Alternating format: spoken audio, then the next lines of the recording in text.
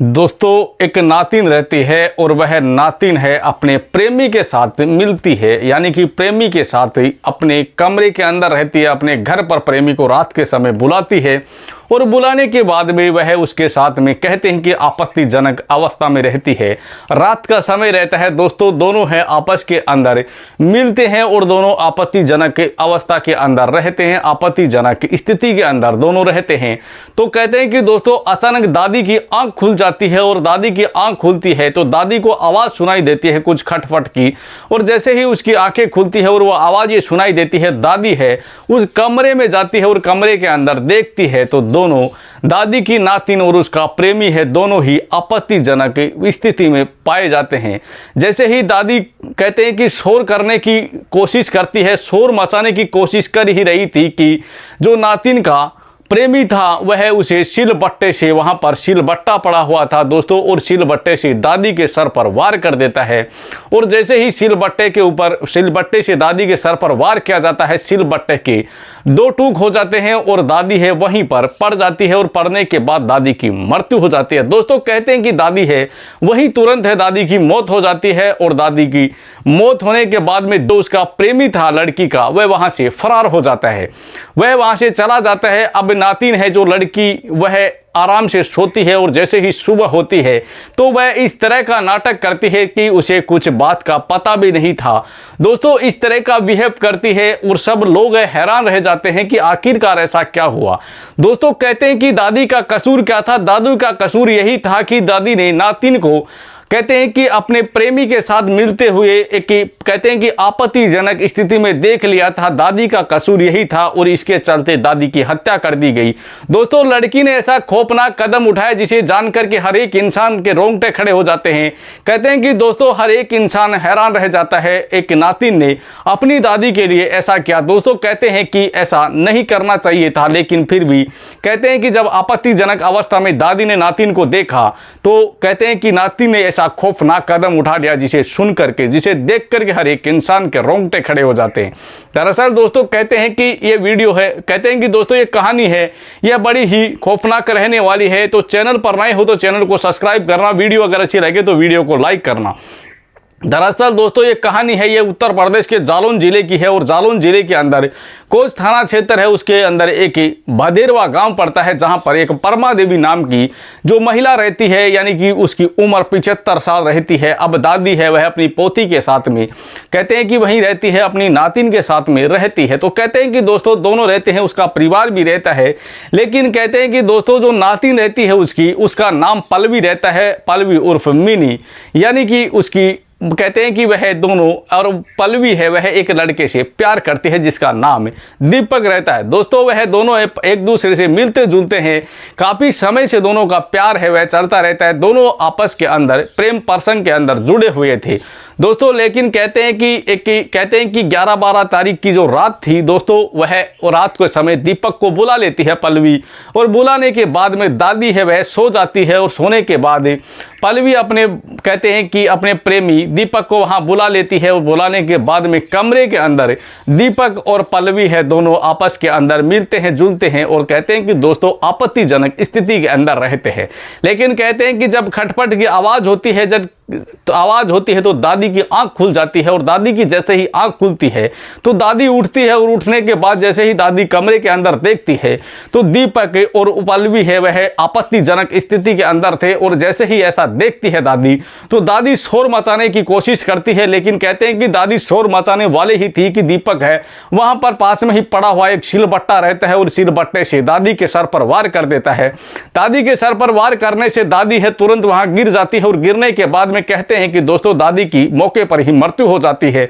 अब दोस्तों सिलबट्टे के दो टूक हो जाते हैं, सिलबट्टा भी टूट जाता है, और उसके बाद में जो प्रेमी है दीपक उसको पल्लवी वहां से भगा देती है और वह वहां से फरार हो जाता है। और पल्लवी है वहां पर कहते हैं कि दोस्तों आराम से सो जाती है। जैसे ही सुबह होती है तो वह कहते हैं कि ऐसे बिहेव करती है कि उसे किस बात का पता भी नहीं था। वह कहते हैं कि एक नाटक रचती है, अलग ही एक नाटक करती है कि उसे किस बात का पता भी नहीं था, वह इस तरह से बिहेव करते हैं। लेकिन कहते हैं कि वहां पुलिस आ जाती है, और पुलिस आने के बाद में कहते हैं कि दोस्तों पुलिस इस मामले को जांच करती है, और जांच करती है तो कहते हैं कि खून से वहां पर पड़े हुए निशान थे खून के, और जो पल्लवी थे उसके कपड़ों पर भी खून के निशान लगे हुए थे, खून के कुछ धब्बे लगे हुए थे। और कहते हैं कि दोस्तों सिलबट्टे के 2 टूक होते वो भी वहीं पड़े हुए थे।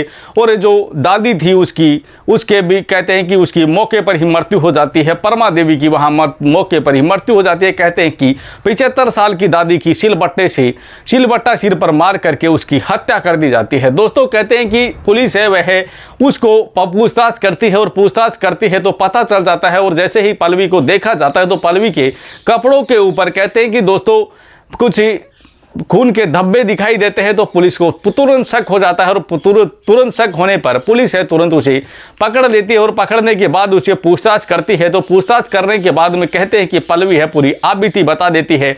और उसके बाद में कहते हैं कि दोस्तों कहते हैं कि पुलिस अधिकारी है, जो पुलिस क्षेत्राधिकारी है, वह कहता है कि इस मृत्यु की जो कहते हैं कि इस हत्या के आरोप के अंदर पल्लवी उर्फ मिनी यानी कि पुत्री कृष्ण बिहारी उसको गिरफ्तार कर लिया जाता है। जबकि उसका जो प्रेमी होता है दीपक उर्फ दीपक पुत्र रामलाल, वह फिलहाल कहते हैं कि दोस्तों फरार है। लेकिन पुलिस है वह अलग अलग टीमें गठित कर दी गई है, और अलग अलग टीमें गठित कर करके उसकी जांच में जुटी हुई है, उसको पकड़ने का प्रयास कर रही है। जैसे ही कहते हैं कि दोस्तों दीपक पकड़ा जाता है इस मामले का खुलासा हो जाएगा, क्योंकि दोस्तों उसके बाद में उससे पूछताछ की जाएगी।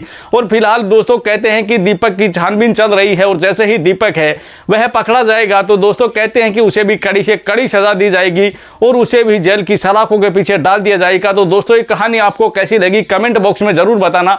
चैनल पर नए हो तो चैनल को सब्सक्राइब करना, अगर वीडियो अच्छी लगे तो वीडियो को लाइक करना। दरअसल दोस्तों ये कहानी सुनाने का मकसद है ये किसी के दिल को ठेस पहुंचाना है, किसी को परेशान करना नहीं है, जबकि समाज में जागरूकता लाना है, ताकि हमारा समाज जागरूक हो। और हमारे सामने जो ये नई नई घटनाएं आ रही हैं, जो प्रेम प्रसंग के मामले हैं, जो ये हत्या के मामले सामने आ रहे हैं, इनसे कई हद तक हमें बचा जा सकता है। तो दोस्तों हमें हमारे आसपास में अगर ऐसी कोई घटना घटित हो रही है, या ऐसे मामले हमारे सामने आ रहे हैं, तो उनसे उनकी कहते हैं कि मिलकर के उनके खिलाफ आवाज उठाए और उन लोगों का साथ दे, ताकि ये मामले कई हद तक कम हो सके।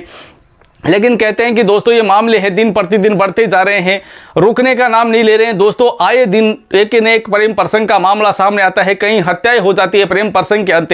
और दोस्तों ऐसे मामले हैं दिन प्रतिदिन हमारे देश में, हमारे समाज में दिन प्रतिदिन बढ़ते जा रहे हैं। तो दोस्तों इन मामलों से कई हद तक हमें रुकना है, हमें बचना है दोस्तों इन घटनाओं से। तो हमें एक दूसरे का साथ देना चाहिए, एक दूसरे के साथ मिल करके साथ रहना चाहिए। दोस्तों कहते हैं कि हम सचेत और सजग रहेंगे तो शायद ये मामले कई हद तक कम हो सकते हैं। लेकिन दोस्तों कहते हैं कि प्रेम प्रसंग एक ऐसी चीज है, कहते हैं कि दोस्तों प्यार एक ऐसी चीज है कि प्यार की खुमारी अगर सिर चढ़ गई तो दोस्तों उसके बाद में न आगे देखता है इंसान, न पीछे देखता है। दोस्तों प्यार के अंदर कुछ नहीं दिखाई देता, प्यार में इंसान इतना अंधा हो जाता है कि उसे अपने रिश्ते नाते सब भूल जाता है। कहते हैं कि दोस्तों ये घटना थी, यह रिश्तों को शर्मसार कर देने वाला घटना थी। दोस्तों रिश्ते शर्मसार हो जाते हैं, ऐसी घटनाएं, ऐसी कहानियां जब सामने आती है, ऐसी घटनाएं जब सामने आती है, तो दोस्तों कहते हैं कि ये घटना थी जो रिश्तों को शर्मसार कर देने वाली घटना थी। दोस्तों एक नातिन है, वह अपनी दादी को कहते हैं कि मौत के घाट उतार देती है, मौत की नींद सुला देती है। दोस्तों उसका कसूर क्या था दादी का कसूर यही था कि उसने अपनी नातिन को एक आपत्तिजनक स्थिति में देख लिया, और यही उसका कहते हैं कि सबसे बड़ी गलती थी दोस्तों। और उसके चलते नातिन ने अपनी दादी को मौत की नींद सुला दिया। दोस्तों कहते हैं कि यह घटना रिश्तों को शर्मसार कर देने वाली घटना थी। तो दोस्तों इन घटनाओं से कई हद तक हमें बचना है, तो हमें सचेत और सजग रहना होगा, और एक दूसरे का मिलकर के साथ देना होगा, तब जाकर ये घटनाएं कई हद तक कम हो सकती है। लेकिन कहते हैं कि दोस्तों अगर हम एक दूसरे का साथ नहीं देंगे और एक दूसरे से मिलकर के नहीं रहेंगे तो दोस्तों कई हद तक ये मामले हैं और भी ज्यादा बढ़ सकते हैं। तो दोस्तों इन मामलों से कई हद तक हमें बचना है, तो हमें सचेत और सजग रहना होगा, एक दूसरे का साथ देना होगा।